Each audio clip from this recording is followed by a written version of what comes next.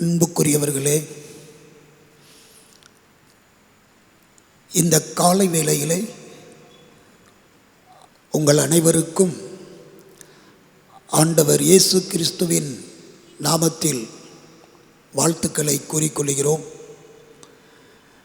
கர்த்தருடைய நாளின் காலை வேளையிலே நாம் அனைவரும் குடும்பமாக ஆண்டவருடைய சந்நிதியில் உட்கார்ந்து இந்த ஆராதனையில் நாம் பயபக்தியோடு கலந்து கொள்ள உங்களை அன்போடு கேட்டுக்கொள்கின்றோம்.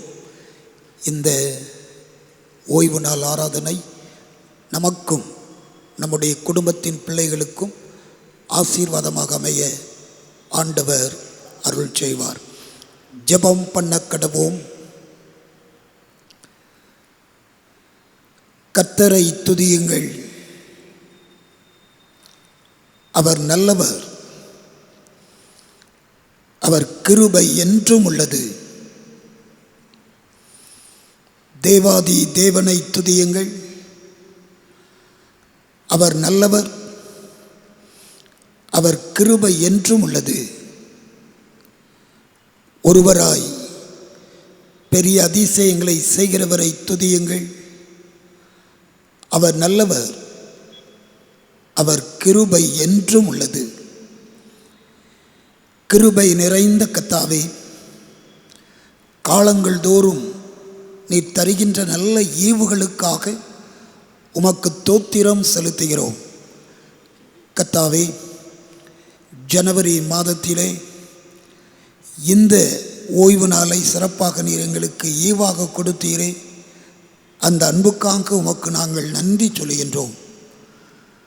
கடவுளின் பிள்ளைகளாக உம்முடைய சமூகத்தில் நாங்கள் காத்திருந்து ஜெபிக்கின்ற ஜெபங்கள், வேண்டுதல்கள் எல்லாம் உமக்கு பிரியதாய் அமையத்தக்கதாக ஆண்டவர் அனுக்கிரகம் செய்ய வேண்டும் என்று சொல்லி நாங்கள் ஜெபிக்கின்றோம். கர்த்தாவே, இந்த ஆராதனை வேளையிலே நீர் எங்களோடு கூட தங்கியிரும். கடந்த நாட்களெல்லாம் எங்களுக்கு தந்த எல்லா கிருபையான ஈவுகளுக்காக கொடானு கொடி தோத்திரம் செலுத்துகிறோம், நன்றி சொல்லுகின்றோம். இந்த ஆராதனை வேளையை நீர் பொறுப்படுத்திக் கொள்ளும். ஆண்டவர் இயேசு கிறிஸ்துவின் வழியாய் வேண்டுகிறோம் நல்ல பிதாவே, ஆமென்.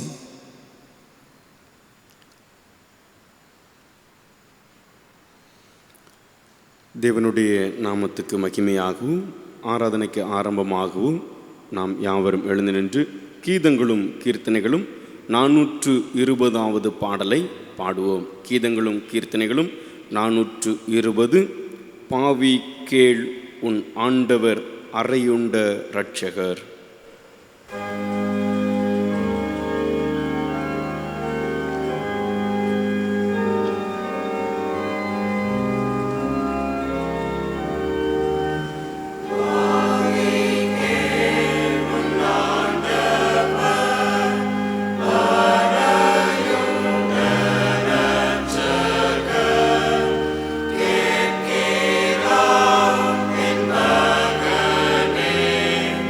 I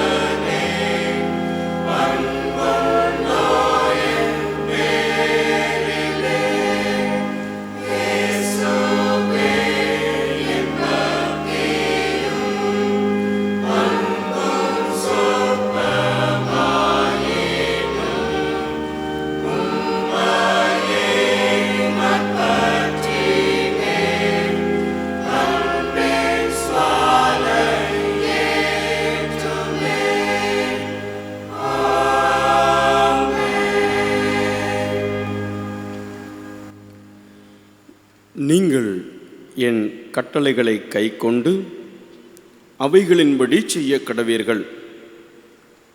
என் பரிசுத்த நாமத்தை பரிசுத்த குலைச்சலாக்காதிருப்பீர்களாக. நான் இஸ்ரவேல் புத்திரர் நடுவே பரிசுத்தர் என்று மதிக்கப்படுவேன். நான் உங்களை பரிசுத்தமாக்குகிற கர்த்தர். நான் பரிசுத்தர், ஆகையால் நீங்களும் பரிசுத்தராயிருங்கள்.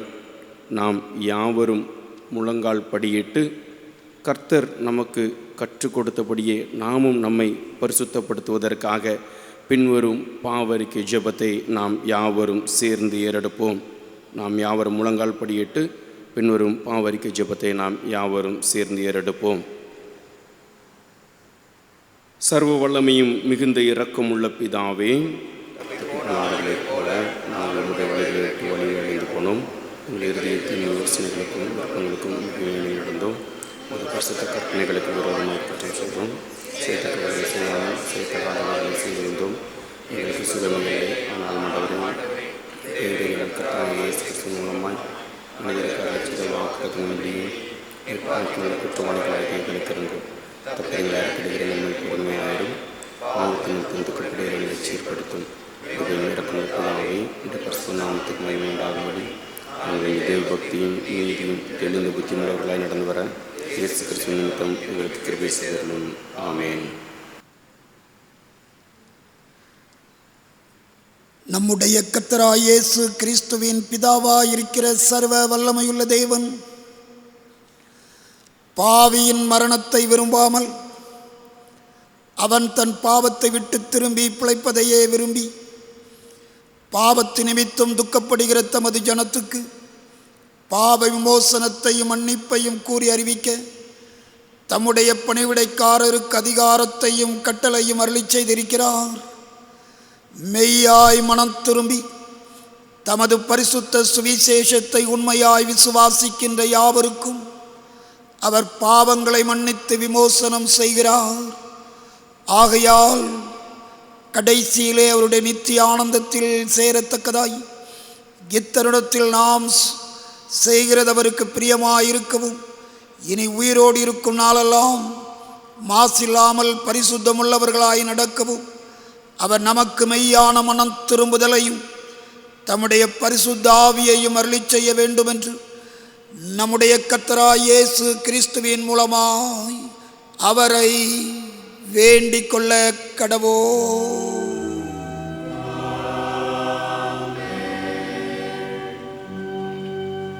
பரமண்டலங்களில் இருக்கிற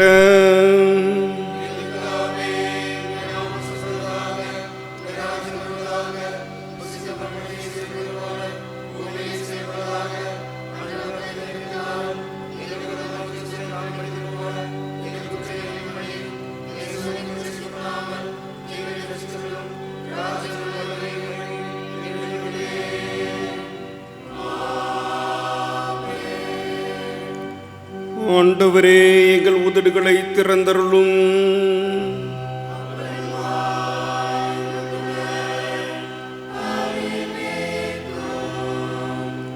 தேவனே, எங்களை ரட்சிக்க விரைவாய் வாரும்.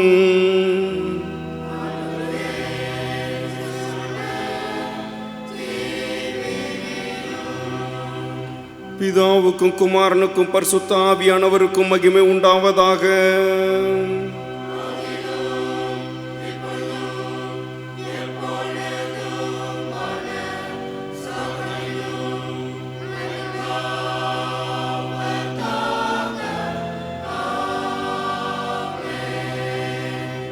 கர்த்தரை துதியுங்கள்.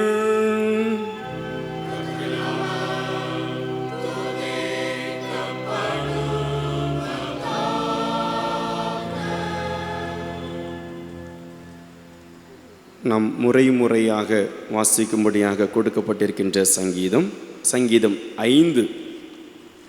5ஆம் சங்கீதம்.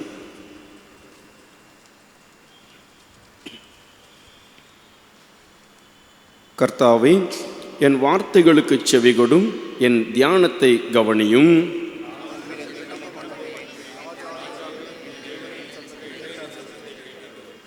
கர்த்தாவே, காலையிலே என் சத்தத்தை கேட்டருளுவீர்.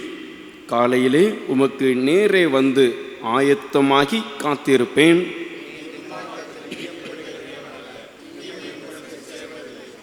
வீம்புக்காரர் உம்முடைய கண்களுக்கு முன்பாக நிலை நிற்க மாட்டார்கள்.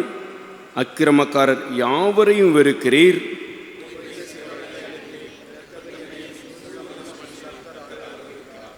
நானும் உமது மிகுந்த கிருபையினாலே உமது ஆலயத்துக்குள் பிரவேசித்து உமது பரிசுத்த சந்நிதிக்கு நேரே பயபக்தியுடன் பணிந்து கொள்ளுவேன்.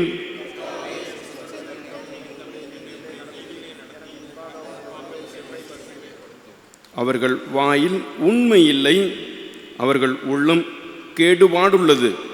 அவர்கள் தொண்டை திறக்கப்பட்ட பிரேத குழி, தங்கள் நாவினால் இச்சகம் பேசுகிறார்கள்.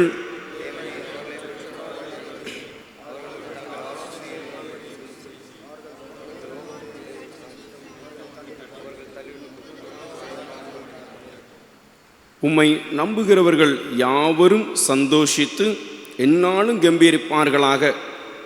நீர் அவர்களை காப்பாற்றுவீர். உம்முடைய நாமத்தை நேசிக்கிறவர்கள் உம்மில் களி கூறுவார்களாக.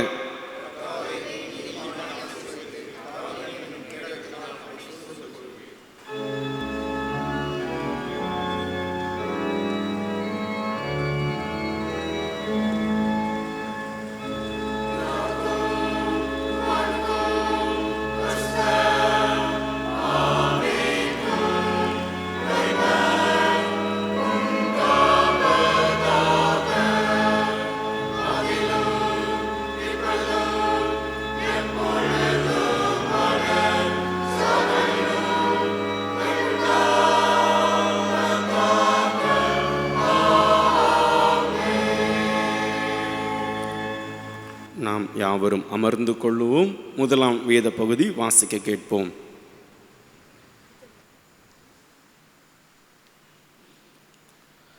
வாசிக்கும்படியாக தெரிந்து கொள்ளப்பட்ட முதலாம் வேத பாடம் ஏசாயா தீர்க்கதரிசியின் புஸ்தகம் 1ஆம் அதிகாரம் 11ஆம் வசனம் முதல் 19ஆம் வசனம் வரை.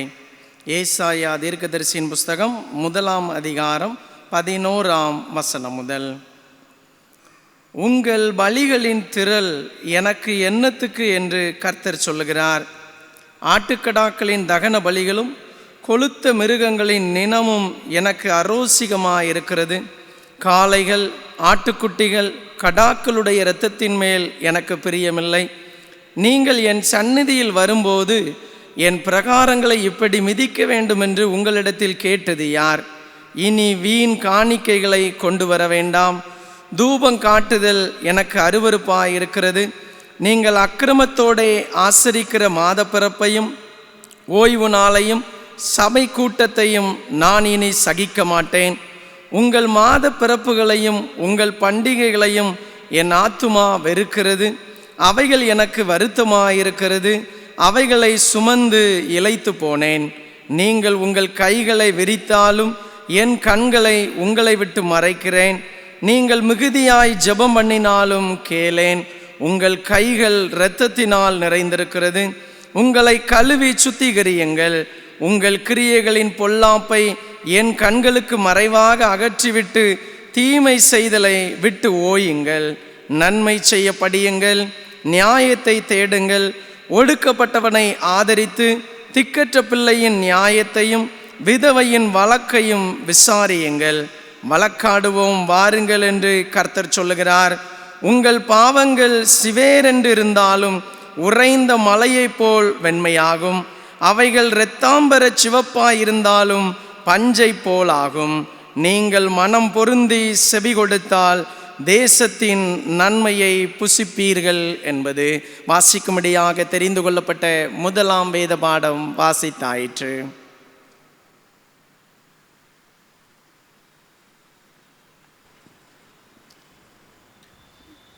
யாவரும் எழுந்து நின்று கீதங்களும் கீர்த்தனைகளும் 504வது பாடலை பாடுவோம். கீதங்களும் கீர்த்தனைகளும் 504.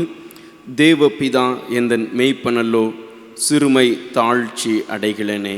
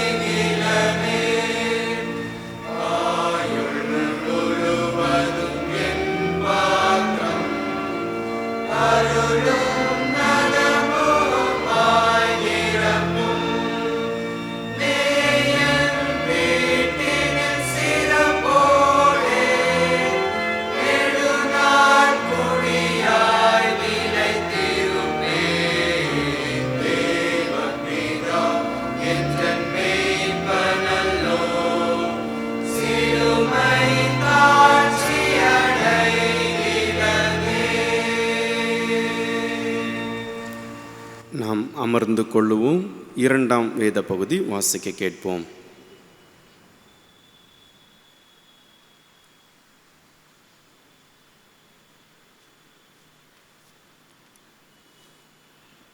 வாசிக்கும்படியாக குறிக்கப்பட்ட இரண்டாம் திருமறை பகுதி பரிசுத்த மத்தேயு எழுதின நற்செய்தி நூல் 5ஆம் அதிகாரம் 1 முதல் 16 வசனங்கள். மத்தேயு 5ஆம் அதிகாரம் 1 முதல் 16 வசனங்கள். இயேசு திரளான ஜனங்களை கண்டு மலையின் மேல் ஏறினார். அவர் உட்கார்ந்த பொழுது அவருடைய சீசர்கள் அவரிடத்தில் வந்தார்கள். அப்பொழுது அவர் தமது வாயை திறந்து அவர்களுக்கு உபதேசித்து சொன்னது என்னவென்றால், ஆவியில் எளிமை உள்ளவர்கள் பாக்கியவான்கள், பரலோக ராஜ்யம் அவர்களுடையது. துயரப்படுகிறவர்கள் பாக்கியவான்கள், அவர்கள் ஆறுதல் அடைவார்கள்.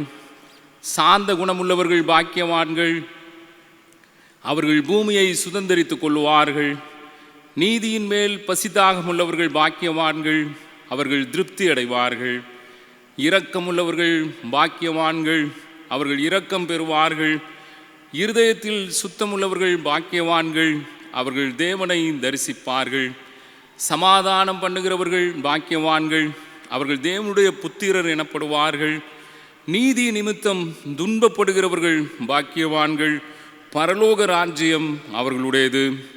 என் நிமித்தம் உங்களை நிந்தித்து துன்பப்படுத்தி பலவித தீமையான மொழிகளையும் உங்கள் பேரில் பொய்யாய் சொல்வார்களானால் பாக்கியவான்களாயிருப்பீர்கள்.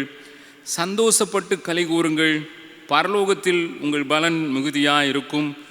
உங்களுக்கு முன்னிருந்த தீர்க்கதரிசிகளும் அப்படியே துன்பப்படுத்தினார்களே. நீங்கள் பூமிக்கு உப்பாயிருக்கிறீர்கள். உப்பானது சாரமற்று போனால் எதினால் சாரமாக்கப்படும்? வெளியே கொட்டப்படுவதற்கும் மனுஷரால் மிதிக்கப்படுவதற்குமே ஒழிய வேறொன்றுக்கும் உதவாது. நீங்கள் உலகத்திற்கு வெளிச்சமாயிருக்கிறீர்கள். மலையின் மேல் இருக்கிற பட்டணம் மறைந்திருக்க மாட்டாது. விளக்கை கொளுத்தி மரக்காலால் மூடி வைக்காமல் விளக்கு தண்டின் மேல் வைப்பார்கள். அப்பொழுது அது வீட்டில் உள்ள யாவருக்கும் வெளிச்சம் கொடுக்கும். இவ்விதமாய் மனுஷர் உங்கள் நற்கிரியைகளை கண்டு பரலோகத்தில் இருக்கிற உங்கள் பிதாவை மகிமைப்படுத்தும்படி உங்கள் வெளிச்சம் அவர்கள் முன்பாக பிரகாசிக்க கடவுது என்பது வாசிக்கும்படியாக குறிக்கப்பட்ட 2ஆம் திருமறை பகுதி வாசித்தாயிற்று. நாம் யாவரும் எழுந்து நின்று அப்போஸ்தலருடைய விசுவாச பிரமாணத்தை அறிக்கை செய்வோம். வானத்தையும் பூமியும் படைத்த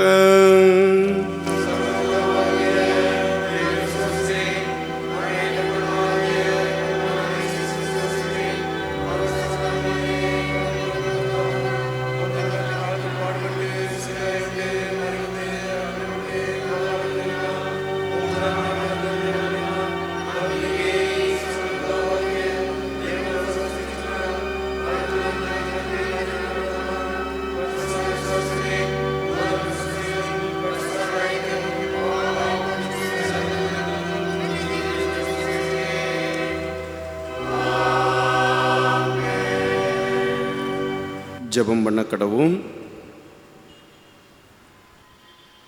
கிறிஸ்து பிறந்த திருநாளுக்கு பின்வரும் 3ஆம் ஞாயிறு காண சுருக்க ஜெபம். தலைப்பு பரிசுத்தமாயிரு.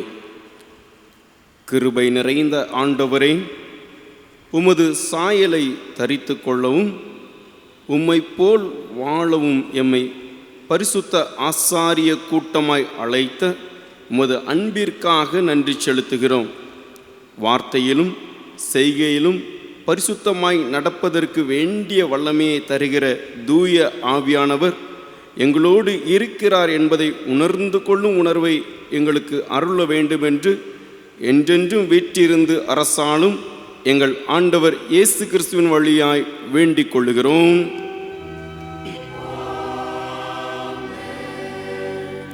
நாம் அமர்ந்து கொள்ளுவோம்.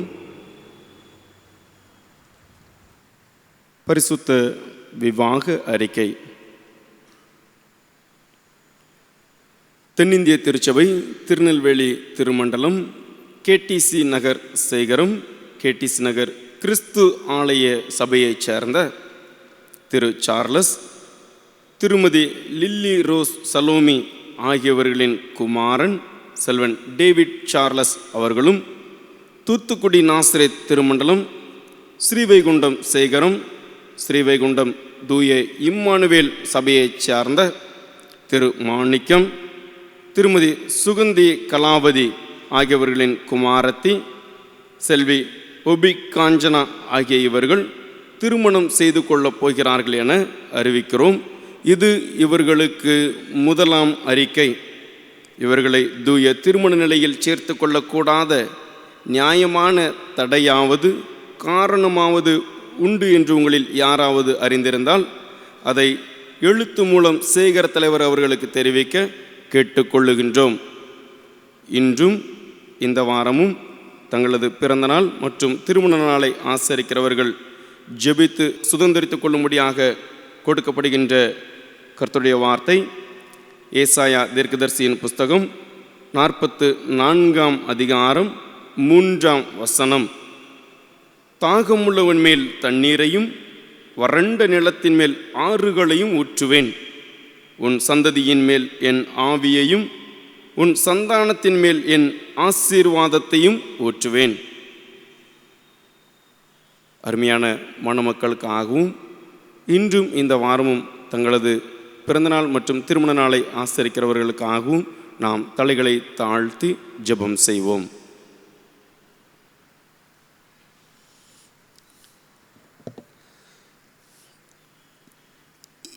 எங்கள் அன்பின் பிதாவே,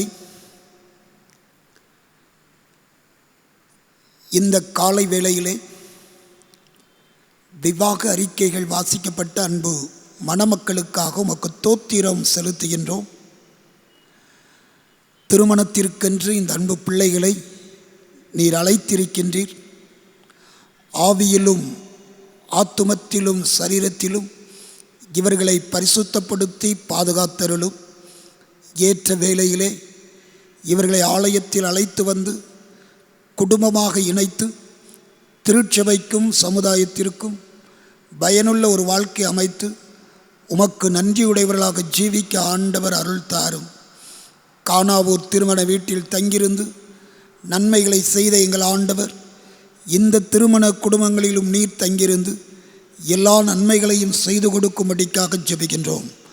அதுபோல கர்த்தாவே, இந்த வாரத்தில் தங்களது பிறந்த நாள் திருமண நாளை கொண்டாடுகின்றவர்களுக்காக ஜெபிக்கின்றோம். கடந்த ஆண்டு முழுவதும் கரம் பிடித்து வழிநடத்தின ஆண்டவர் இந்த புதிய ஆண்டிலும் நீர் இவருடைய கரங்களை பிடித்து வழிநடத்தும்படிக்காக ஜெபிக்கிறோம். இம்மட்டு நீர் தந்த நல்ல ஜீவன், சுகம், பலன் அனைத்துக்காக உமக்கு தோத்திரம் செலுத்துகிறோம். இந்த புதிய ஆண்டிலும் உம்முடைய புதிய கிருபைகளையும் நன்மைகளையும் நல்ல தீர்க்காயுசையும் ஆண்டவர் கொடுத்து நீர் வழிநடத்தும்படிக்காக ஜெபிக்கிறோம். இவர்கள் விரும்புகின்ற எல்லா பாக்கியங்களையும் ஆண்டவர் அருளிச் செய்யும். வருஷத்தை நன்மையால் முடிசூட்டுகின்ற ஆண்டவர் இவருடைய பாதைகள் நெய்யாய் பொழியத்தக்கதாக அற்புதங்களையும் நன்மைகளையும் வாழ்வில் கண்டு உமக்கு நன்றி சொல்ல தேவரீர் பலன் தாரும். இவர்களை ஆசீர்வதிக்கிறோம். எல்லா நாட்களிலும் இவர்களோடு கூட தங்கியிருந்து எல்லா நன்மைகளையும் இவர்களுக்கு கொடுத்து நீர் வழிநடத்தி அருள வேண்டும் என்று எங்கள் ஆண்டவர் இயேசு கிறிஸ்துவின் மூலமாய் வேண்டிக் கொள்ளுகிறோம். ஆமேன்.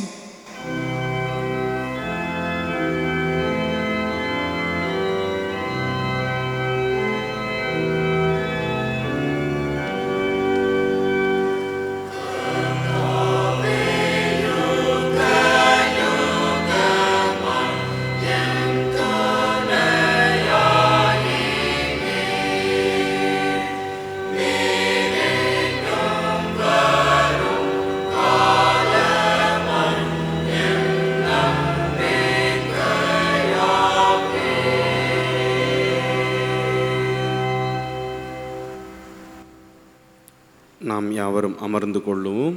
அறிவிப்புகள். இன்று நாம் சிந்திக்கும்படியாக நம்முடைய தென்னிந்திய திருச்சபை திருநெல்வேலி திருமண்டலத்திலிருந்து நமக்கு கொடுக்கப்பட்டிருக்கின்ற தலைப்பு பரிசுத்தமாயிரு. ஏசாயா தீர்க்கதரிசியின் புஸ்தகம் 1ஆம் அதிகாரம் 16ஆம் வசனம். உங்களை கழுவி சுத்திகரியுங்கள், உங்கள் கிரியைகளின் பொல்லாப்பை என் கண்களுக்கு மறைவாக அகற்றிவிட்டு தீமை செய்தலை விட்டு ஓயுங்கள். அறிவிப்புகள். வருகின்ற 10ஆம் தேதி திங்கட்கிழமை காலை 5:30 மணிக்கு பரிசுத்த திருவிருந்து ஆராதனை நடைபெறும். 11ஆம் தேதி செவ்வாய்க்கிழமை மாலை 6 மணிக்கு சுகமளிக்கும் ஆராதனை நம்முடைய பேராலயத்தில் நடைபெறும். 12ஆம் தேதி புதன்கிழமை முற்பகல் 11 மணிக்கு பேராலய ஜெப வேளையும் மாலை 6 மணிக்கு வேத ஆராய்ச்சி வகுப்புகளும் நடைபெறும். ஆகவே வாய்ப்பு உள்ள யாவரும் இதிலே கலந்து கொண்டு ஆண்டவருடைய ஆசீர்வாதத்தை பெற்றுக்கொள்ளும்படியாக அன்போடு கூட அழைக்கின்றோம். அது மாத்திரமல்ல, இந்த கொரோனா நாட்களிலே பரிசுத்த ஓய்வு நாளிலே நாம் கர்த்தருடைய வேதத்தை தியானிப்பதற்கு ஒரு நல்ல தருணமாக ஆன்லைன் மூலமாக வேதாகமத்துடன் ஒரு மாலை பொழுது என்ற அடிப்படையிலே 9ஆம் தேதி ஞாயிற்றுக்கிழமை மற்றும் 16ஆம் தேதி ஞாயிற்றுக்கிழமை ஆகிய நாட்களிலே மாலை 6 மணி முதல் 9 மணி வரை வேதாகமத்தை கற்றுக்கொள்ள ஒரு நல்ல தருணமாக நம்முடைய பேராலய தலைமை குருவானவர் அவர்கள் உருவாக்கி இருக்கிறார்கள். இந்த நிகழ்வு ஜீவன் டிவி மூலமாக ஒளிபரப்பப்படுவதோடு மாத்திரமல்ல, நம்முடைய ஹோலி ட்ரினிட்டி கதீட்ரல் பாளையம் கோட்டை என்கின்ற யூடியூப் வழியாகவும் ஒளிபரப்பப்படுகிறது. ஆகவே தாங்கள் யாவரும் குடும்பமாக அமர்ந்திருந்து வேதத்தை கற்றுக்கொள்ள அன்போடு கூட அழைக்கின்றோம். இதற்காக ஜெபியுங்கள். இந்த நிகழ்வுகளிலே பங்கு பெறுங்கள். நமக்கும் நம்முடைய அடுத்த சந்ததியினருக்கும் வேதத்தை கற்றுக் கொடுப்பதிலே நாம் முன்வருவோம். தேவன் தாமே ஒவ்வொருவரையும் ஆசீர்வதிப்பாராக. ஆமேன். நாம் யாவரும் மறுபடியும் எழுந்து நின்று கர்த்தருடைய வார்த்தைக்கு ஆயத்தமாக கீதங்களும் கீர்த்தனைகளும் 234வது பாடலை பாடுவோம். கீதங்களும் கீர்த்தனைகளும் 234. பரிசுத்தம் பெற வந்துட்டீர்களா ஒப்பில்லா திரு ஸ்நானத்தினால்.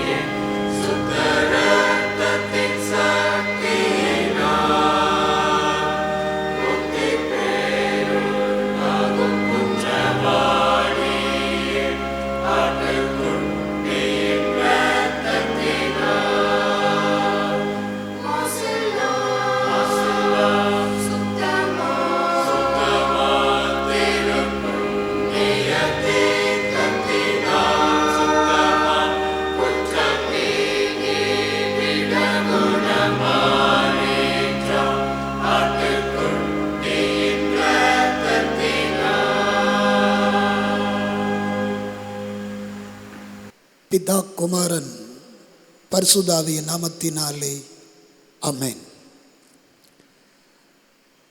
அன்புக்குரியவர்களே, ஜனவரி மாதத்தின் 2வது ஞாயிற்றுக்கிழமையிலே கடவுளின் பிள்ளைகளாக நாம் குடும்பமாக அமர்ந்திருந்து கர்த்தரை ஆராதிப்பதற்கு கர்த்தர் தந்த இந்த நல்ல பாக்கியத்திற்காய் கர்த்தருக்கு நாம் நன்றி சொல்லுவோம்.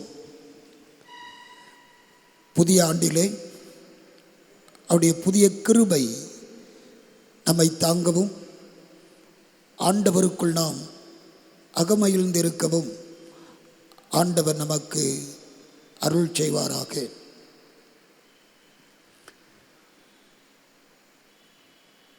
ஒப்பு கொடுத்தீரே கொடுத்தீரையா, உம்மையே எனக்காக உலகின் இரட்சகரே, உன்னத பலியாக ஒப்பு கொடுத்தீரையா, உம்மையே எனக்காக உலகின் இரட்சகரே, உன்னத பலியாக எங்களை வாழ வைக்க சிலுவையில் தொங்கினீரே, எங்களை வாழ வைக்க சிலுவையில் தொங்கினீரே, நோக்கி பார்த்ததினால் பிழைத்து கொண்டோமையா, நாங்கள் நோக்கி பார்த்ததினால் பிழைத்து கொண்டோமையா, ஒப்பு கொடுத்தீரையா, உம்மையே எனக்காக உலகின் இரட்சகரே, உன்னத பலியாக.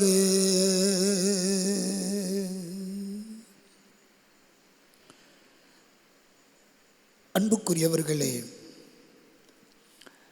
இந்த நாளினுடைய திருவசனத்தினுடைய தலைப்பு பரிசுத்தமாய் இருங்கள். பரிசுத்தமாய் இருங்கள். 1 தெசலோனிக்கேயரின் புத்தகம் 4ஆம் அதிகாரம் 7வது வசனம்.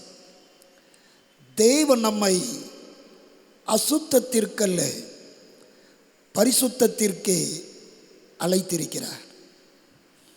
தேவன் நம்மை அசுத்தத்திற்கல்ல பரிசுத்தத்திற்கே அழைத்திருக்கிறார்.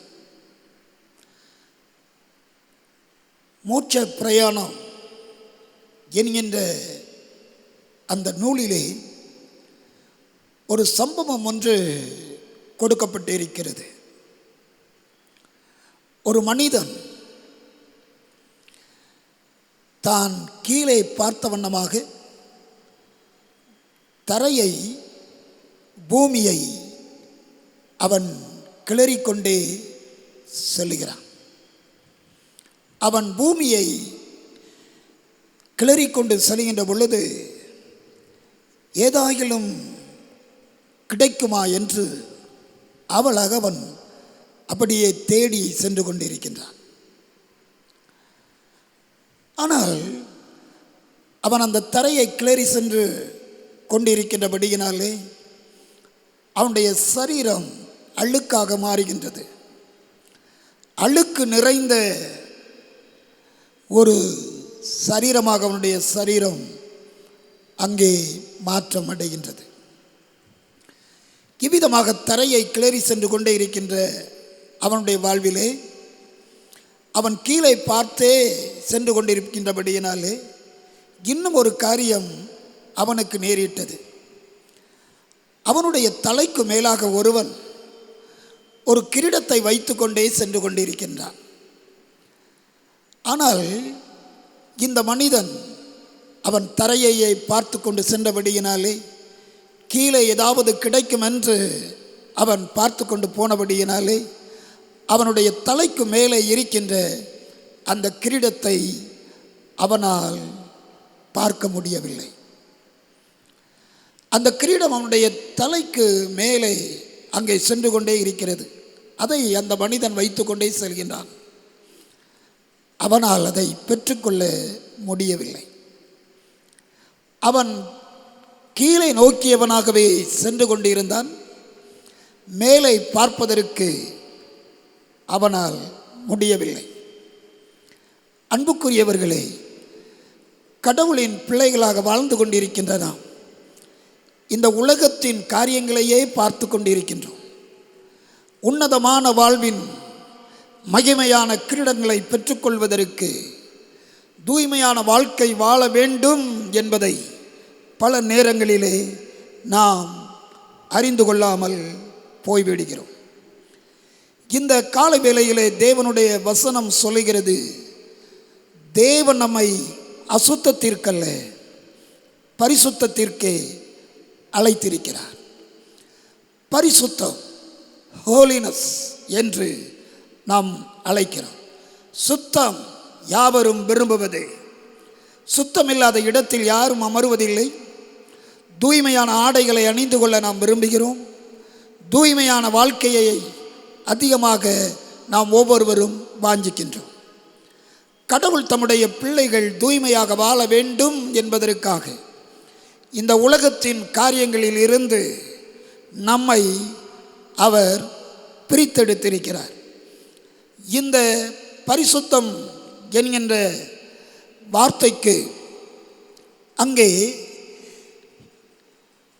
சொல்லப்பட்டிருக்கின்ற கிரேக்க பதம் ஹாக்கியாஸ் என்று எழுதப்பட்டிருக்கிறது.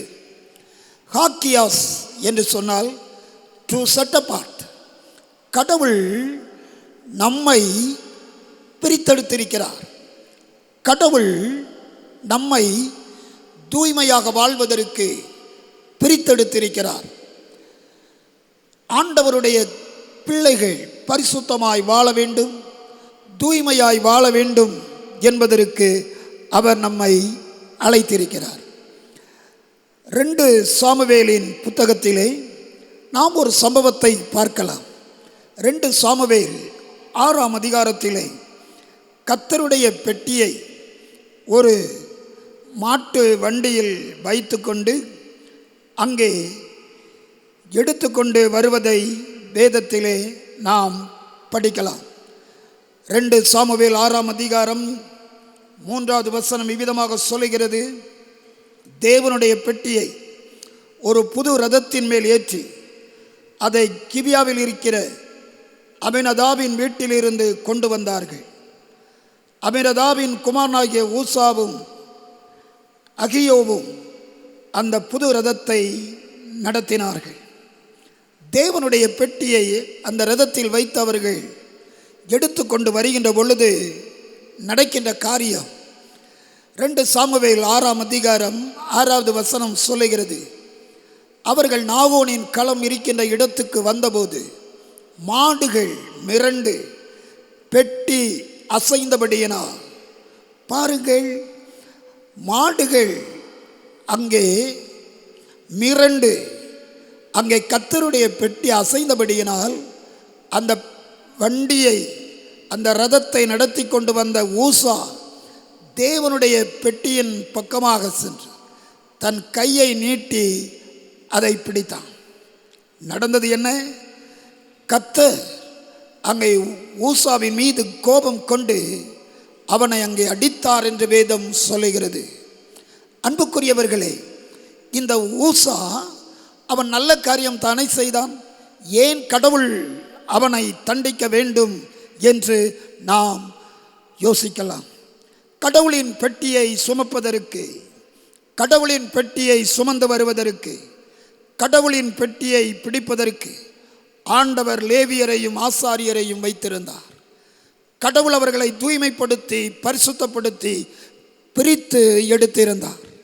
அவர்கள்தான் அந்த பெட்டியை அவர்கள் தொட வேண்டும், சுமக்க வேண்டும். கடவுள் பரிசுத்தத்தின் காரியத்தை விரும்புகிறவர். இந்த கால வேளையிலே எனக்கு அருமையான ஆண்டவருடைய பிள்ளைகளே, நாம் ஆண்டவருக்கு பிரியமாய் வாழ்வதற்கு இருளின் அந்தகாரத்தில் இருந்து தம்முடைய ஆச்சரியமான ஒளியினிடத்திற்கு கடவுள் நம்மை அவர் பிரித்து எடுத்திருக்கிறார் என்பதை திருமறையிலே நாம் படிக்கலாம்.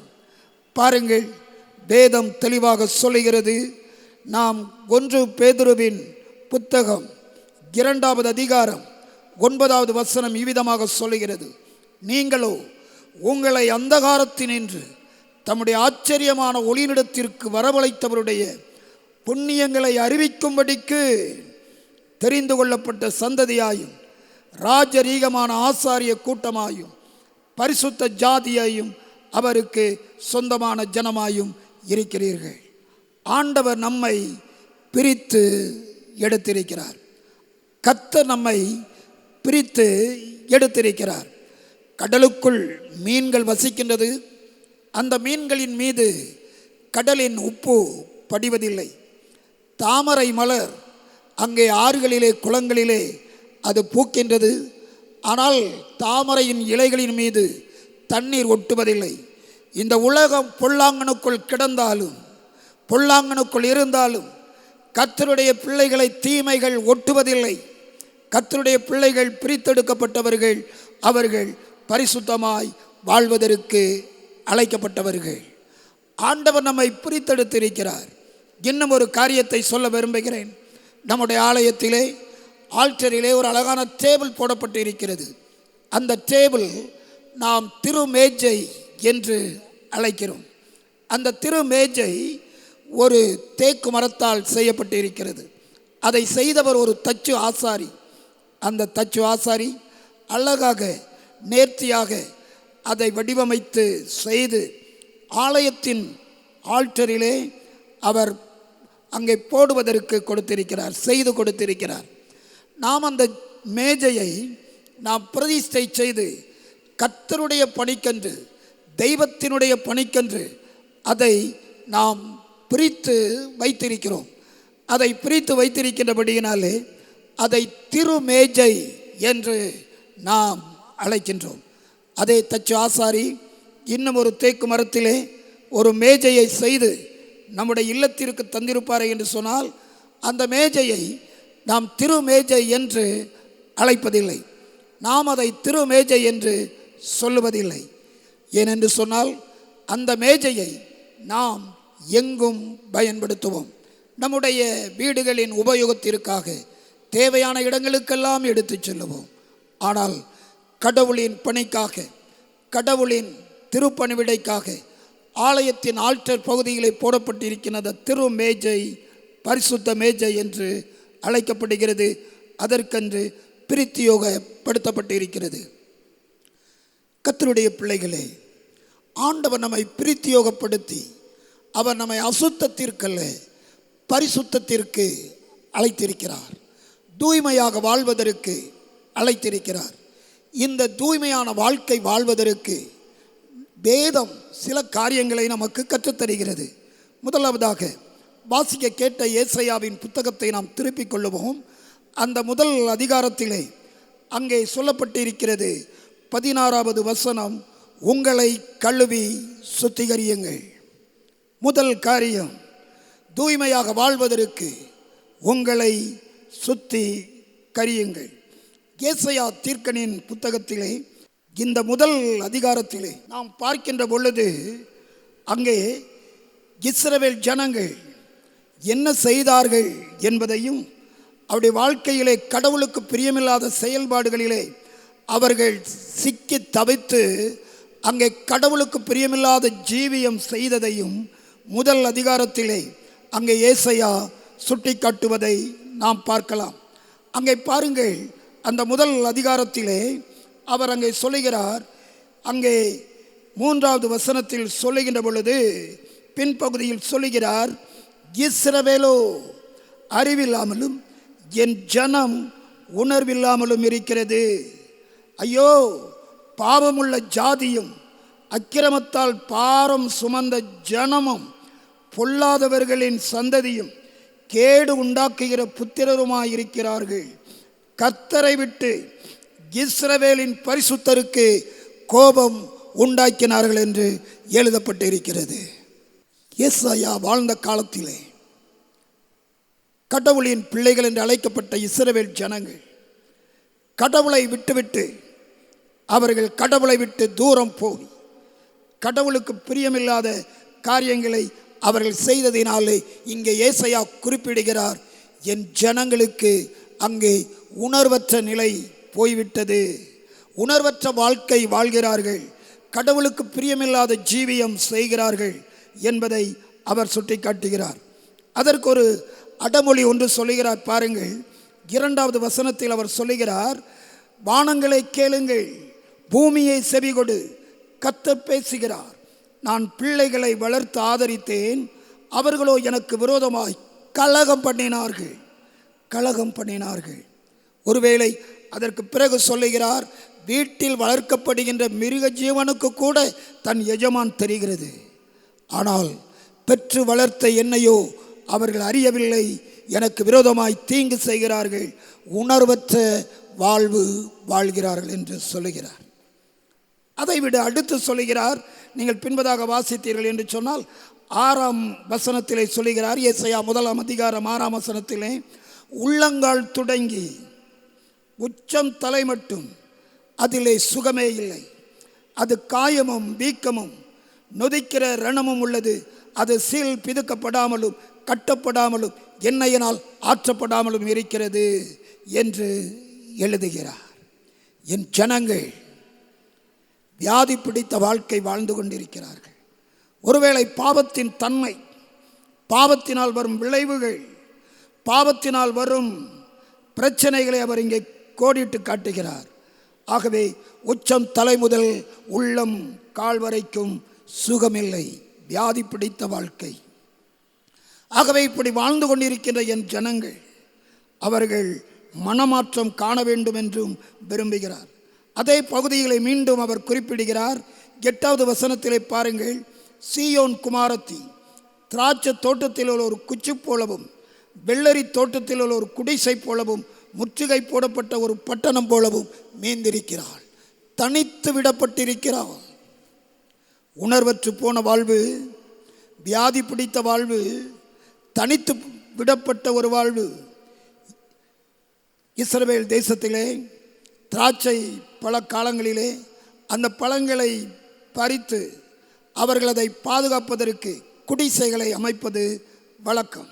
அந்த குடிசைகளிலே அவர்கள் அந்த பழங்களை சேகரித்த பின்பு அந்த பல காலங்கள் முடிந்த பிறகு, அந்த விளைச்சல் முடிந்த பிறகு அந்த குடிசையை, அந்த கூடாரத்தை அவர்கள் விட்டுவிட்டு அவர்கள் போய்விடுவார்கள். அது கேட்பாரற்று, அது கவனிப்பாரற்று, அது விடப்பட்டு இருக்கும். நம்முடைய பகுதிகளிலும் பழைய காலங்களிலே நாம் பார்க்கலாம், பதநீர் காய்ச்சுவார்கள். அந்த பதநீர் காய்ச்சுகின்ற அந்த பகுதிக்கு விடிலி என்று ஒரு பேர் சொல்லி அழைப்பார்கள். அங்கே பதநீரை காய்ச்சி நல்ல கருப்பு கட்டிகளை எடுப்பார்கள். அந்த பதநீர் இறக்கும் காலம் முடிந்த பிறகு அந்த குடிசையை அவர்கள் விட்டுவிட்டு வந்து விடுவார்கள். அது இருக்கின்ற பகுதிகளை கேட்பாரற்று கிடக்கும், தனித்து விடப்பட்டு இருக்கும். ஆகவே தீமையோடு வாழ்ந்து தீமையோடு பழகி கடவுளை விட்டுவிட்டு தனித்து போன நிலையில் வாழ்கின்ற மக்களுக்கு அங்கே ஏசாயா ஒரு அறைகூவல் கொடுக்கிறார். என்ன அறைகூவல் தெரியுமா? அவர்கள் தாங்கள் செய்த தவறுகளில் இருந்து விடுதலை பெறுவதற்கு, தாங்கள் செய்த தவறுகளில் இருந்து அவர்கள் மீட்கப்படுவதற்கு கடவுளுக்கு அநேக பலிகளை செலுத்தினார்கள். கடவுளுக்கு காணிக்கைகளை கொடுத்து தங்கள் வாழ்வில் ஒரு புது வாழ்வை, தூய்மையை பெற்றுக்கொள்ளலாம் என்று அவர்கள் பலி கொடுத்தும் காணிக்கைகளை கொடுத்தும் அங்கே செயல்பட்டும் மீண்டும் அதே தவறுகளை செய்தார்கள். ஆகவே கேட்கிறார் பாருங்கள், நீங்கள் 11-12 வசனங்களை படிக்கின்ற பொழுது, உங்கள் ஆட்டுக்குட்டிகளின் கடாக்களுடைய இரத்தத்தினால் எனக்கு பிரியமில்லை, என் சந்நிதியில் வரும்போது என் பிரகாரங்களை இப்படி மிதிக்க வேண்டும் என்று உங்களிடத்தில் கேட்டது யார்? மாற்றம் அவசியம், தூய்மை அவசியம். ஆகவே தான் சொல்லுகிறார், உங்களை கழுவி சுத்திகரியுங்கள், உங்களை கழுவி சுத்திகரியுங்கள். கிரேக்க நாட்டிலே ஒரு கதை ஒன்று உண்டு. கெர்குலஸ் ஒரு போர் வீரன். அந்த நாட்களில் இருந்த அந்த கிரேக்க அரசன், இவன் ஒரு நல்ல மாவீரன். இவனை சற்று மனம் நோக அடிக்க வேண்டும் என்று சொல்லி விரும்பிய அந்த அரசன் என்ன செய்தான் தெரியுமா? ஹெர்குலஸை அழைத்தான். நீ ஒரு பெரிய மாவீரன், உனக்கு நல்ல பலம் இருக்கிறது, என்ன செய்ய வேண்டும் என்று அவனுக்கு ஒரு காரியத்தை கட்டளையிட்டான். உன்னுடைய திறமையை கவனிப்பதற்கு என்னிடத்தில் 3000 மாடுகள் இருக்கிறது. 3000 மாடுகள் இருக்கிறது. கிட்டத்தட்ட பல ஆண்டுகளாக இந்த மாடுகள் தங்குகின்ற இந்த கொட்டகை அது கவனிப்பாரற்று, அது அங்கே தூய்மையாக்கப்படாமல் அது அழுக்கான நிலையிலே அது அங்கே கழிவுகள் நிறைந்த ஒரு இடமாக காட்சியளிக்கிறது. ஒரே நாளில் இந்த மாட்டு கொட்டகையை, இங்கே மாடுகள் தங்கியிருக்கின்ற இந்த கொட்டகையை நீ தூய்மைப்படுத்த வேண்டும். நீர் ஒரு மாவீரன் அல்லவா, உன்னுடைய திறமையை நான் காண வேண்டும் என்று அங்கே சவால் விட்டான். ஹெர்குலஸ் யோசித்தான், இதை சுத்தம் பண்ண வேண்டும். கிட்டத்தட்ட பல ஆண்டுகள் 3000 மாடுகள் அசுத்தம் செய்த காரியம், எப்படி அதை தூய்மைப்படுத்துவது? யோசித்தான். யோசிக்கின்ற பொழுது அங்கே அவனுடைய தேசத்தின் அவன் வாழ்ந்த அந்த பகுதியிலே, அந்த மாட்டு கொட்டகை அமைந்த பகுதிகளிலே அங்கே 2 ஆறுகள் ஓடிக்கொண்டிருந்தது. இவன் யோசித்தான், அந்த ஆற்றிலிருந்து தண்ணீரை இந்த கொட்டகைக்கு நாம் கொண்டு வந்து விட்டால் அது சுத்தமாக்கி விடலாம் என்று ஒரே நாளிலே மிகவும் தீவிரமாக ஒரு ஆற்றிலிருந்து தண்ணீரை அவன் இந்த மாட்டு கொட்டகைக்குள் கொண்டு வருவதற்கு அழகான ஒரு வாய்க்கால் தோண்டினான். இன்னும் ஒரு வாய்க்காலை இன்னொரு ஆற்றிலிருந்து தோண்டினான். இந்த அசுத்தமெல்லாம் அங்கே போவதற்கான ஒரு வாய்க்காலை அடுத்த ஆற்றோடு அவன் இணைத்து வைத்தான். அந்த நாளிலே, ஒரே நாளிலே அந்த மாடுகளை எல்லாம் வெளியேற்றி விட்டான். ஆகவே ஒரு ஆற்றிலிருந்து அந்த கொட்டகைக்கு தண்ணீரை திறந்து விட்டான். தண்ணீர் ஆற்றிலிருந்து வேகமாக வந்தது.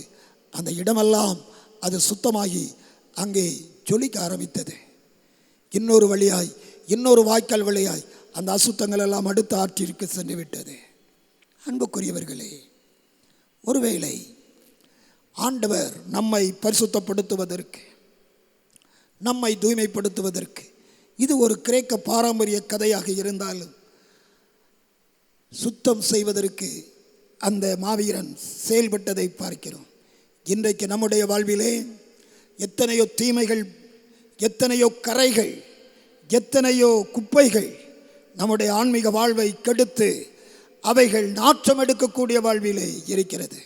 ஏசாயா தீர்க்கன் சொல்வது போல, உணர்வற்ற நிலை, தனித்து விடப்பட்ட நிலை, வியாதி பிடித்த நிலை, இந்த நிலைகளிலிருந்து நம்மை தூய்மைப்படுத்திக் கொள்வதற்கு உங்களை கல்வி சுத்திகரியுங்கள் என்று சொல்லுகின்ற பொழுது அவர் சொல்லுகிறான். பாருங்கள், ஒரு காரியத்தை அழகாக சொல்லுகிறார்.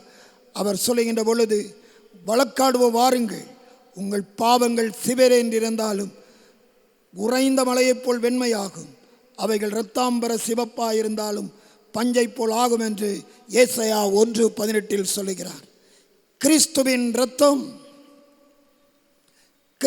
இரத்தம், கல்வாரி மேட்டிலே சிந்தப்பட்ட ஆண்டவருடைய இரத்தம் உங்களையும் என்னையும் கழுவி சுத்திகரிப்பதற்கு அது இன்றைக்கும் ஜீவனுடையதாக இருக்கிறது. கிறிஸ்துவின் இரத்தத்தினாலே நாம் கழுவப்பட்டவர்களாக, சுத்திகரிக்கப்பட்டவர்களாக, தீமைகளில் இருந்து, பாவத்தின் தன்மைகளிலிருந்து விடுபட்டு நாம் தூய்மையான வாழ்வு வாழ்வதற்கு அழைக்கப்பட்டு இருக்கிறோம். கிறிஸ்துவின் இரத்தத்தினாலே நம்மை நாமே சுத்திகரித்து கொள்ளலாம். ஆகவே தேவன் நம்மை பரிசுத்தத்திற்கு பிரித்தெடுத்திருக்கிறார். நம்முடைய வாழ்வை சுத்திகரிக்க அவர் விரும்புகிறார். இரண்டாவதாக நாம் படிக்கலாம் வேதத்திலே, ரோமர் 6ஆம் அதிகாரத்திலே அங்கே 13வது வசனம் இவ்விதமாக சொல்லுகிறது. ரோமர் 6ஆம் அதிகாரம் 13வது வசனம் நமக்கு அங்கே கற்றுத்தருகின்ற ஒரு காரியம் என்னவென்று சொன்னால், அழகாக எழுதப்பட்டு இருக்கிறது. ரோமர் 6:13 நான் வாசிக்கிறேன். நீங்கள் உங்கள் அவயவங்களை அநீதியின் ஆயுதங்களாக பாவத்திற்கு ஒப்புக்கொடாமல் உங்களை மரித்தோரிலிருந்து பிழைத்திருக்கிறவர்களாக தேவனுக்கு ஒப்புக்கொடுத்து உங்கள் அவயவங்களை நீதிக்குரிய ஆயுதங்களாக தேவனுக்கு ஒப்புக்கொடுங்கள். முதலாவது சுத்திகரியுங்கள். இரண்டாவதாக நீங்கள் ஒப்புக்கொடுங்கள். ஏன் ஆண்டவருக்கு ஒப்புக்கொடுக்க வேண்டும்? வேதம் சொல்லுகிறது. 1 கொரிந்தியரின் புத்தகம் 3வது அதிகாரம் நாம் படிக்கின்ற பொழுது அங்கே தெளிவாக சொல்லப்பட்டு இருக்கிறது. 17வது வசனம், ஒருவன் தேவனுடைய ஆலயத்தை கெடுத்தால் அவனை தேவன் கெடுப்பார். தேவனுடைய ஆலயம் பரிசுத்தமாக இருக்கிறது, நீங்களே அந்த ஆலயம். ஆண்டவருக்கென்று வாழ்கின்ற ஆலயம், கடவுளுக்கென்று வாழ்கின்ற ஆலயம் நாம் என்று வேதம் சொல்கிறது. ஏனென்று சொன்னால், கடவுளுடைய ஆவியானவர், தேவனுடைய ஆவியானவர் நம்மில் வாசமாக இருக்கிறார் என்பதை அறியாமல் இருக்கிறீர்களா என்று எழுதுவதை பார்க்கிறோம். இந்த சரீரம் ஆண்டவருக்குரியது. இந்த சரீரம் ஆண்டவருக்குரியது. ஒவ்வொரு அவயவங்களும் ஆண்டவருக்குரியது. இந்த அவயவங்கள் அனைத்தையும் பரிசுத்தமாய் பாதுகாத்துக் கொள்வது கடவுள் நமக்கு தந்த பாக்கியம். ஆகவே அருமையானவர்களே, நாம் நம்முடைய சரீரத்தை பரிசுத்தமாய் பாதுகாத்துக் கொள்ள வேண்டும். பரிசுத்தமாய் பாதுகாத்துக் கொள்ள வேண்டும். தேவன் தந்த இந்த அவயவம், தேவன் தந்த இந்த சரீரம் கடவுள் தங்கும் ஆலயம். கடவுள் தங்குகின்ற இந்த ஆலயத்தை ஒருவன் கெடுத்தால் தேவன் அவனை கெடுப்பார். தேவனுடைய ஆலயம் தூய்மையாக இருக்கிறது. அந்த ஆலயம் நீங்களே, நாமே. அன்புக்குரியவர்களே, இந்த கால வேளையிலே கடவுள் நம்மில் வாசமாயிருக்கிறார் என்பதும் இந்த அவயவங்கள் ஆண்டவருடையது என்பதையும் நாம் அறிந்து கொள்ள வேண்டும். இது கடவுள் வாழ்கின்ற வாசமடைகின்ற சரீரம் என்பதை நாம் எண்ணிக்கொள்ள வேண்டும். இந்த ஆலயத்திற்குள் கடவுள் வசிக்கிறார். இந்த சிறிய இதயத்துக்குள் உன்னதமான கடவுள், உன்னதமான தெய்வம், வானமும் பூமியும் கொள்ளாத கடவுள் இந்த சிறிய உள்ளத்திலே வாழ விரும்புகிறார். அவருடைய கிருபைகளை பெற்றிருக்கிறோமா? தூய்மையான வாழ்வுக்கு நம்மை அர்ப்பணித்திருக்கிறோமா என்பதை யோசிக்க வேண்டும். நம்முடைய ஆண்டவர் எவ்வளவு பெரியவர்! பெரியவராக இருக்கின்ற கர்த்தர் நம்மிலே வாசமாக இருக்கிறார். பரிசுத்தத்தோடு வாழ்வதற்கு நம்மை நாம் ஒப்பு கொடுக்க வேண்டும். பரிசுத்தமாய் வாழ்வதற்கு நாம் நம்மை நாமே ஒப்பு கொடுக்க வேண்டும். ஹின்னிபிக் அப்படின்னு சொல்லி ஒரு குட்டி மிருகம் இருக்கிறது. அந்த குட்டி மிருகம் தூய்மையான காரியத்தை மட்டுமே விரும்பும். அந்த குட்டி மிருகம் பனிபடர்ந்த மலையின் மீது வாழ்கின்ற ஒரு மிருகம். இந்த குட்டி மிருகத்தை பிடிப்பதற்கு அங்கே செல்கின்ற மக்கள், வேட்டையாடுவதற்கு செல்கின்ற மக்கள் அந்த குட்டி மிருகம் வசிக்கின்ற இடத்திலே அசுத்தமான பொருட்களை வைத்து விடுவார்கள். அது தங்கியிருக்கின்ற வீட்டிலே, அது தங்கியிருக்கின்ற இடத்திலே அசுத்தமான பொருட்களை வைத்துவிட்டு வந்து விடுவார்கள். இந்த குட்டி மிருகம் தூய்மையை விரும்புகின்ற ஒரு மிருகம். இந்த குட்டி மிருகம் பரிசுத்தத்தை விரும்புகின்ற ஒரு விரும்பம். தன்னுடைய சரீரத்தில் அசூசி எதுவும் படக்கூடாது என்பதிலே அது மிகவும் ஜாக்கிரதையாக இருக்கும். மிகவும் ஜாக்கிரதையாக இருக்கும். இதை பிடிக்க செல்கின்றவர்கள் அது வசிக்கின்ற இடத்திலே அசுத்தத்தை வைத்து விடுவார்கள். இந்த குட்டி மிருகம் இறை தேட சென்றுவிட்டு மீண்டும் வரும், மீண்டும் வரும். கடவுள் அதற்கு இயற்கையாகவே ஒரு காரியத்தை கொடுத்திருக்கிறார். தன்னுடைய இருப்பிடத்திற்கு வரும் பொழுது தன்னுடைய சுவாசத்தினாலே என்ன இருக்கிறது என்பதை அறிந்து கொள்ளும். அது தன் சுவாசத்தினாலே இருக்கின்ற அந்த நாற்றமான காரியத்தை அறிந்து கொள்ளும். அது நினைக்குமா, என் சரீரம் பரிசுத்தமானது, என் சரீரம் தூய்மையானது, இந்த தூய சரீரத்தை நான் கரைப்படுத்த விரும்பவில்லை. நான் எதிரினுடைய கையில் விழுந்தாலும் பரவாயில்லை, என் ஜீவன் போனாலும் பரவாயில்லை, நான் அசுத்தத்திற்குள் செல்ல மாட்டேன் என்று தன் சரீரத்தை பாதுகாத்து கொள்ளுமாம். அது வீட்டிற்குள் செல்லாமல் அந்த பனிபடர்ந்த மலையிலே அங்கும் இங்கும் செல்லும் பொழுது வேட்டையாடுகின்றவர்கள் அதை வேட்டையாடி சென்று விடுவார்கள்.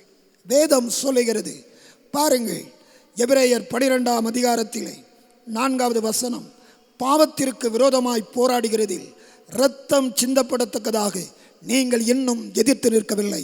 பாவம் தீமை, தீமையை விட்டு விலகுவதற்கு, தீமை செய்யாமல் இருப்பதற்கு, அசுத்தமான காரியங்களை செய்யாமல் இருப்பதற்கு நாம் இரத்தம் சிந்தினாலும் பரவாயில்லை என்று நம்முடைய சரீரத்தை பரிசுத்தமாய் பாதுகாத்து கொள்வது எவ்வளவு மேன்மை, எவ்வளவு மேன்மை. ஒரு சாதாரண குட்டி மிருகம் தன் சரீரத்திலே அசுத்தம் படக்கூடாது என்பதற்கு தன் ஜீவனையை கொடுக்கின்றது. கடவுளின் பிள்ளைகளாக, ஆண்டவரின் மக்களாக வாழ்வதற்கு அழைக்கப்பட்டிருக்கின்ற நாம் அசுத்தத்திற்கல்ல, பரிசுத்தத்திற்கே அழைக்கப்பட்டிருக்கிறோம். உங்களை சுத்திகரித்துக் கொள்ளுங்கள். உங்களை ஆண்டவருக்கென்று உங்கள் அவயவங்களை நீங்கள் பரிசுத்தமாய் ஒப்புக்கொடுங்கள். கடைசியாக மூன்றாவதாக ரோமர் 12ஆம் அதிகாரத்திலே அங்கே சொல்லப்பட்டு இருக்கிறது. ரோமர் 12ஆம் அதிகாரம் 1ஆம் வசனம் இவ்விதமாக சொல்கிறது, அப்படி இருக்க சகோதரரே, நீங்கள் உங்கள் சரீரங்களை பரிசுத்தமும் தேவனுக்கு பிரியமான ஜீவ பலியாக ஒப்புக் கொடுக்க வேண்டும் என்று தேவனுடைய இரக்கங்களை முன்னிட்டு உங்களை வேண்டிக் கொள்கிறேன். இதுவே நீங்கள் செய்யத்தக்க புத்தியுள்ள ஆராதனை. பிரியமாய் வைத்துக் கொள்ளுங்கள். உங்கள் சரீரங்களை கர்த்தருக்கு பிரியமாய் வைத்துக் கொள்ளுங்கள். அன்புக்குரியவர்களே, நம்முடைய வாழ்விலே, நம்முடைய உள்ளத்திலே 2 காரியங்கள் போராடி கொண்டு இருக்கிறது. கலாத்தியர் 5ஆம் அதிகாரத்திலே நீங்கள் பாருங்கள், அங்கே சொல்லப்பட்டு இருக்கிறது. கலாத்தியர் 5ஆம் அதிகாரம் 17வது வசனம் சொல்லுகிறது, மாம்சம் ஆவிக்கு விரோதமாகவும் ஆவி மாம்சத்துக்கு விரோதமாகவும் அது போராடுகின்றது. மாம்சம் ஆவிக்கு விரோதமாகவும் ஆவி மாம்சத்துக்கு விரோதமாகவும் இச்சிக்கிறது. இந்த 2 போராட்டமும் நம்முடைய சரீரத்துக்குள் நடைபெற்று கொண்டு இருக்கிறது. மாம்சத்தின் கிரியைகளும் நம்முடைய உள்ளத்தில் இருக்கிறது, ஆவிக்குரிய காரியங்களும் உள்ளத்தில் இருக்கிறது. இந்த 2 போராட்டங்களும் ஒன்றுக்கொன்று உள்ளத்திலே எப்பொழுதும் எதிர்கொண்டு இருக்கின்றது. இதற்கு நாம் எதற்கு முக்கியத்துவம் கொடுக்கிறோமோ, ஒருவேளை மாம்சத்தின் இச்சைகளுக்கு முக்கியத்துவம் கொடுப்போம் என்று சொன்னால் அது ஜெயம் எடுக்கும். ஆவிக்குரிய காரியங்களுக்கு முக்கியத்துவம் கொடுப்போம் என்று சொன்னால் ஆவிக்குரிய காரியம் அங்கே ஜெயம் எடுக்கும். மாம்சத்தின் காரியங்கள் அங்கே எழுதப்பட்டு இருக்கிறது, ஆவியின் காரியங்களும் எழுதப்பட்டு இருக்கிறது. 2ம் உள்ளத்தில் இருக்கிறது, ஒன்றுக்கொன்று போராடி கொண்டு இருக்கிறது. இவைகளில் எதற்கு நாம் முக்கியத்துவம் கொடுக்கிறோமோ அவைகள் நம்மை மேற்கொண்டு விடுகிறது. ஆகவே தான் சொல்கிறார், உங்கள் சரீரங்களை தேவனுக்கு பிரியமாய் ஜீவ பலியாக அர்ப்பணியுங்கள் என்று ரோமர் பவுலுக்கு எழுதுகிறார். அன்புக்குரியவர்களே, இந்த காலவேளையிலே கடவுள் நம்மை பரிசுத்தத்திற்கு அழைத்திருக்கிறார், தூய்மைக்கென்று அழைத்திருக்கிறார். நம்மை சுத்திகரித்துக் கொள்ளுவோம். நம்மை நாம் ஆண்டவருக்கென்று ஒப்புக் கொடுப்போம். நம்முடைய சரீரத்தை பிரியமாய் நாம் வைத்துக் கொள்வோம். கர்த்தருக்கு பிரியமாய், கர்த்தருக்கு பிரியமான ஜீவியம் செய்து அவருக்கு பிரியமான மக்களாய் நம்முடைய சரீரத்தை வைத்துக் கொள்ள ஆண்டவர் அழைக்கிறார். நாம் வாசித்த அந்த 1 தெசலோனிக்கேயரின் புத்தகத்திலே அங்கே 4வது அதிகாரத்திலே சொல்லுகிறார். பாருங்கள், பாருங்கள், அவன் தன் சரீர பாண்டத்தை பரிசுத்தமாயும் கனமாயும் ஆண்டு கொள்ளட்டும். 1 தெசலோனிக்கேயர் 4ஆம் அதிகாரம் 5வது வசனம் சொல்லுகிறது, அவன் தன் சரீர பாண்டத்தை பரிசுத்தமாயும் கனமாயும் வைத்துக் கொள்ள வேண்டும். பிரியமாய் வைத்துக் கொள்ளுங்கள், சுத்திகரியுங்கள், ஒப்புக்கொடுங்கள், வைத்துக் கொள்ளுங்கள். கிறிஸ்தோஸ்தம் நம்முடைய ஜெப புத்தகத்திலே அழகான ஒரு ஜெபம் உண்டு.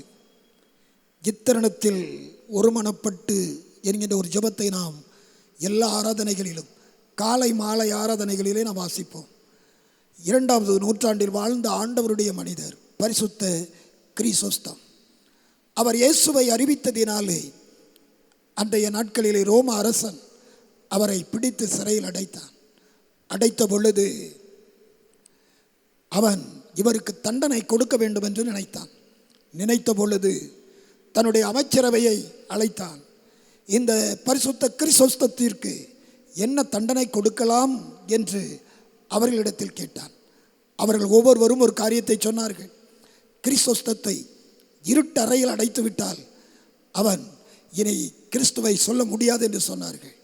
அரசன் சொன்னான், இந்த கிறிஸ்தோஸ்தத்தை இருட்டறையில் அடைத்தால் அங்கே இருந்து அவருடைய கடவுளை நோக்கி கூப்பிட்டு கொண்டே இருப்பான், அந்த கடவுளை தொழுது கொண்டே இருப்பான் என்று சொல்லிவிட்டார்கள்.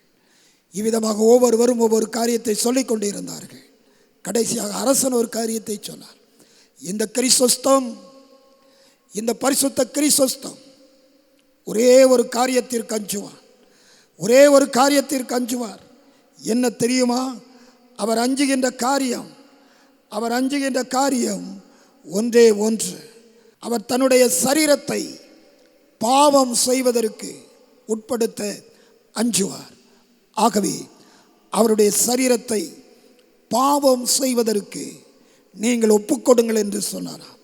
அன்புக்குரியவர்களே, ஒரு தேவ மனிதனை பார்த்து ஒரு அரசன் சொல்கிறார், அவர் பாவம் செய்வதற்கு மட்டும் தன்னுடைய சரீரத்தை ஒப்புக் கொடுக்க மாட்டார், தூய்மையாகவே வாழ்ந்து காட்டுவார் என்பதற்கு அவருடைய வாழ்வு சாட்சியாக அமைந்திருக்கின்றது.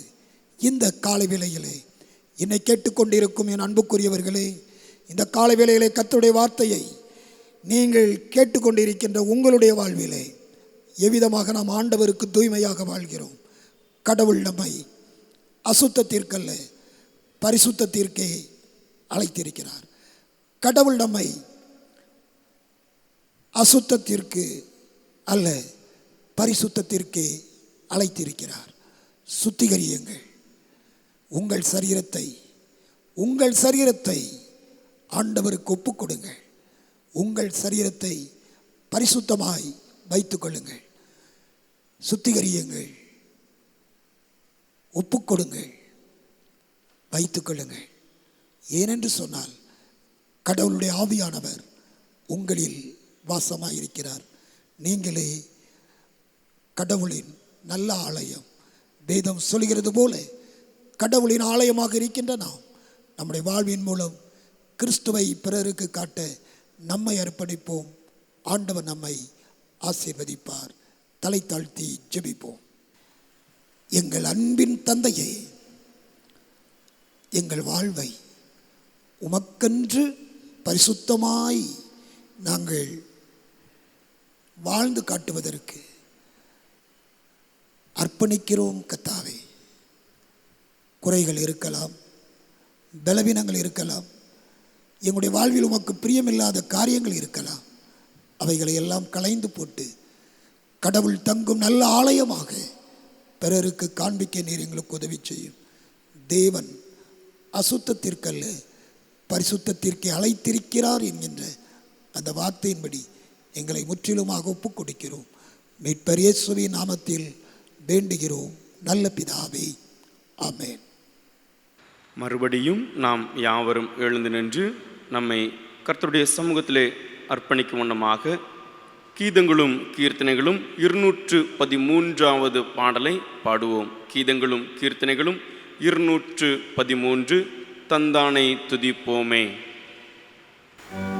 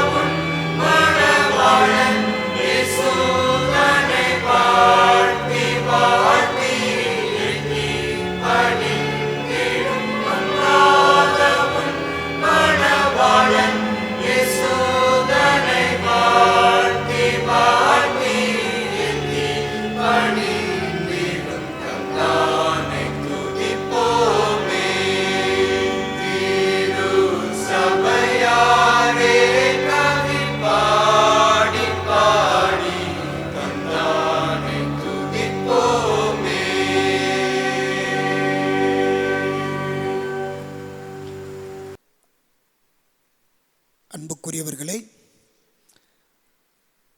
சிறப்பான ஒரு அறிவிப்பு. வருகின்ற வியாழக்கிழமை மாலை 6 மணிக்கு நமது ஆலயத்திலே திருவிருந்து ஆராதனை நடைபெறும். ஆகவே திருச்சபையின் பிள்ளைகள் இந்த சிறப்பு திருவிருந்து ஆராதனையிலே நாம் குடும்பமாக கலந்து கொள்வோம்.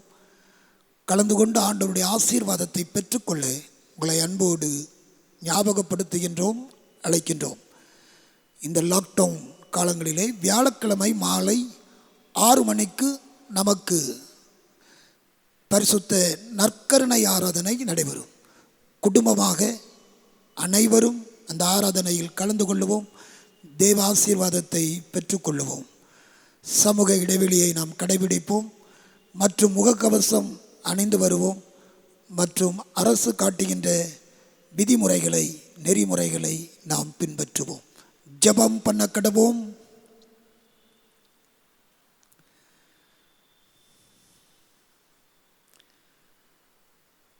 தேவன் உங்களை அசுத்தத்திற்கல்ல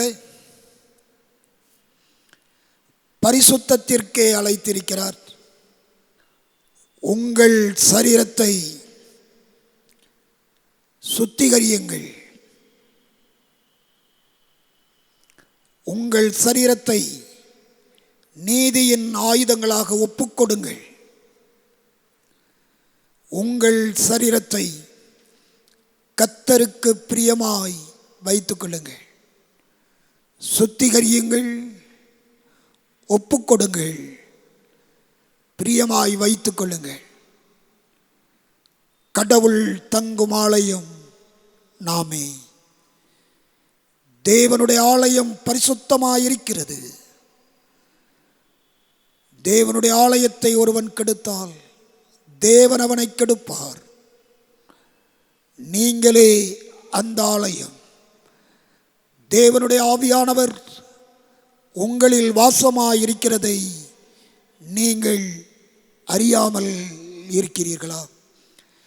கிருபை நிறைந்த கர்த்தாவே, இந்த நல்ல காலை வேளைக்காக உமக்கு ஸ்தோத்திரம் செலுத்துகிறோம், நன்றி சொல்லுகின்றோம். கர்த்தாவே, காலை வேளையிலே கடவுளின் பிள்ளைகளாக, குடும்பங்களாக உம்முடைய சந்நிதியில் நாங்கள் அமர்ந்திருந்து உம்முடைய திருவார்த்தைகளை கேட்பதற்கும் எங்களை அர்ப்பணிப்பதற்கும் நீ தந்த நல்ல பாக்கியத்துக்காய் ஸ்தோத்திரம் செலுத்துகிறோம்.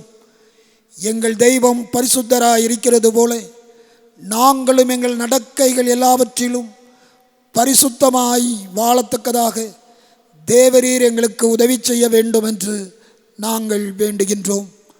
கர்த்தாவே, எங்களை உமக்கென்று பரிசுத்தத்திற்கென்று பிரித்தெடுத்திருக்கிறீர். அந்த அழைப்பை நாங்கள் உணர்ந்து உமக்கு எப்பொழுது நன்றியுடையவர்களாக ஜீவிக்க தேவரீர் கிருபை செய்ய வேண்டும் என்று வேண்டுகின்றோம். கர்த்தாவே, இந்த காலை வேளையில் தங்களுடைய வாழ்வின் தூய்மைக்காக யாரெல்லாம் கெஞ்சுகின்றார்களோ அவருடைய வாழ்வில் நீர் பரிசுத்தத்தையும் தூய்மையையும் தந்து நீர் வழி நடத்துவீராக. இருதயத்தில் சுத்தமுள்ளவர்கள் பாக்கியவான்கள், அவர்கள் தேவனை தரிசிப்பார்கள் என்று சொன்ன நம்முடைய திருவார்த்தையின்படி உம்மை தரிசிக்கும் பாக்கியத்தை ஒவ்வொருவருக்கும் நீர் தர வேண்டும் என்று சொல்லி ஜெபிக்கிறோம்.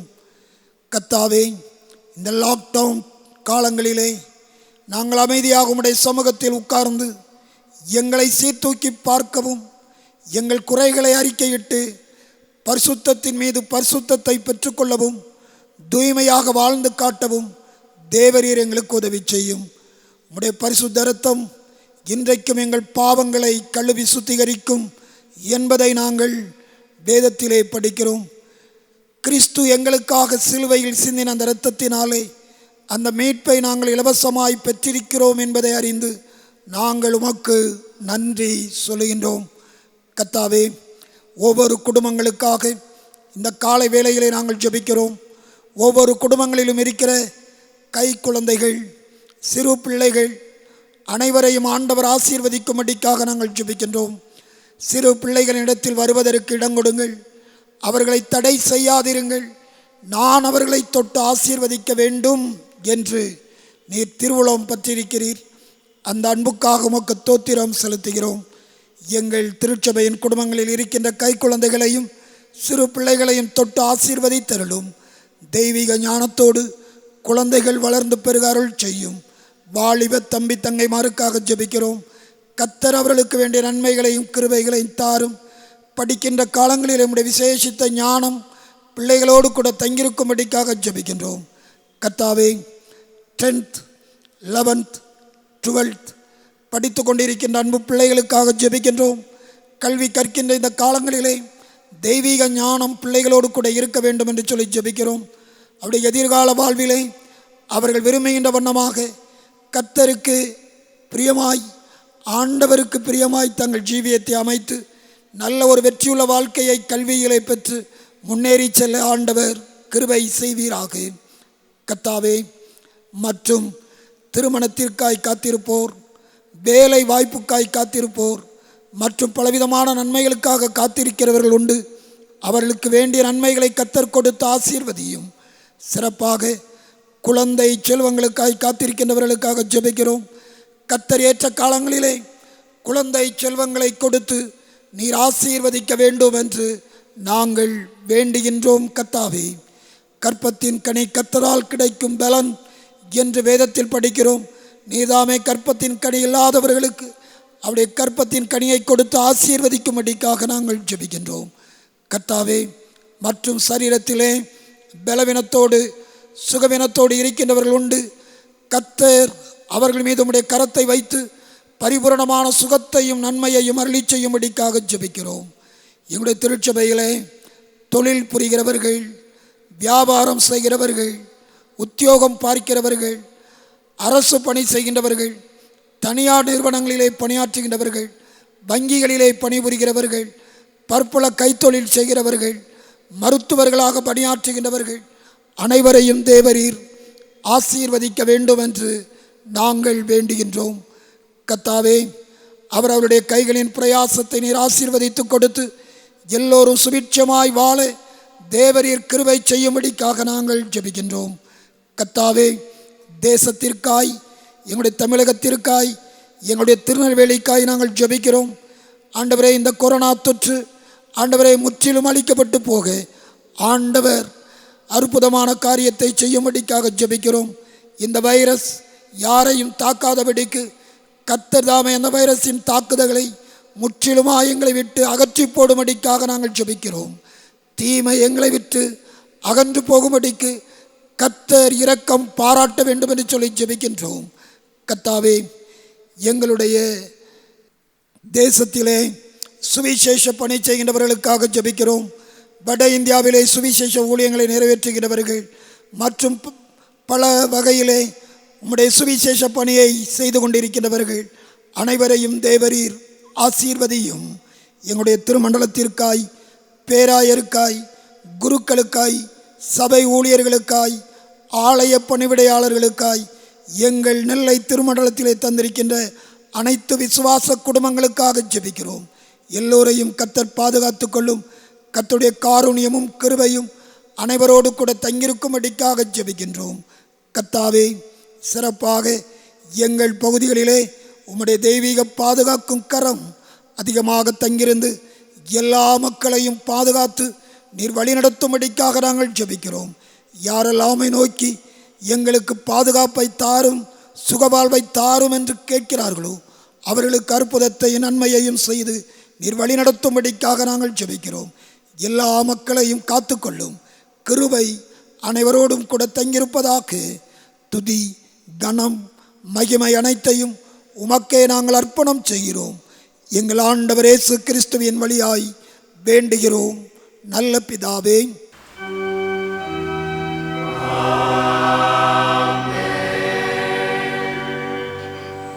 தேவனுடைய கிருபைக்கும் பராமரிப்புக்கும் உங்களை புவிக்கிறோம். கர்த்தர் உங்களை ஆசீர்வதித்து காக்க கடவர். கர்த்தர் தம்முடைய திருமுக பிரகாசத்தை உங்கள் மீது வீசச் செய்து இப்பொழுதும் எப்பொழுதும் உங்களுக்கு சந்தோஷம், சமாதானம், நீடிய சுகவாழ்வு கட்டளையிடக் கடவர். பிதா, குமாரன், பரிசுத்தாவியாகிய திரியேக தேவனின் ஆசீர்வாதம் என்றும் என்றும் நம்மில் நிலைத்திருப்பதாக.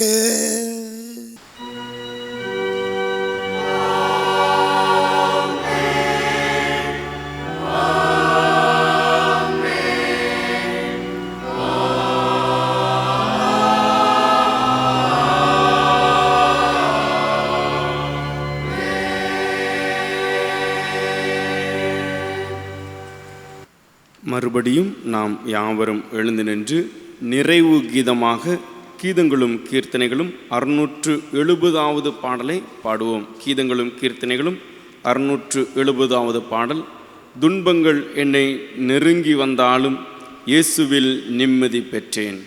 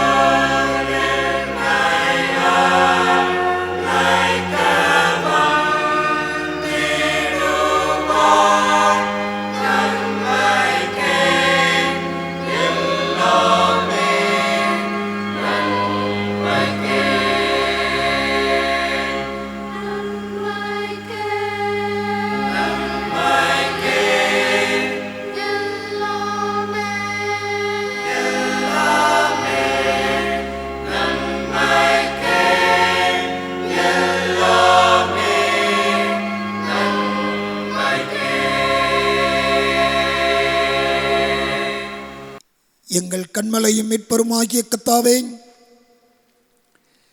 எங்கள் வாயின் வார்த்தைகளும் எங்கள் இருதயத்தின் தியானமும் உமது சந்நிதியில் எப்பொழுதும் பிரீதியாயிருப்பதாக. கர்த்தர் உங்களோடு இருப்பாராக. தேவ சமாதானமும் ஆசீர்வாதமும் நம்மில் நிலைத்திருப்பதாக. ஆமென்.